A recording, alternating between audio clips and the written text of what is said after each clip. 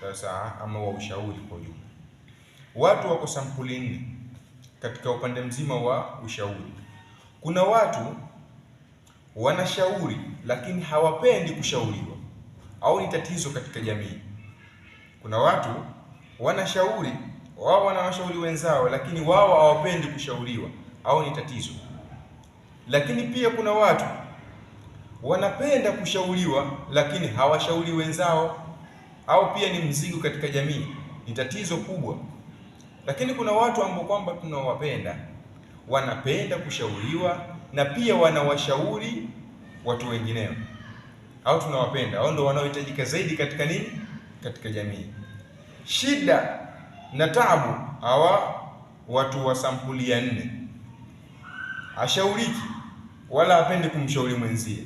Ukimwambia kitu anajiona yeye ndio top. Sasa utaniambia nini wewe? Yaani yuko tayari aende tofauti ili mradi tu asikubali ule ushauri wako. Hawa ni tatizo.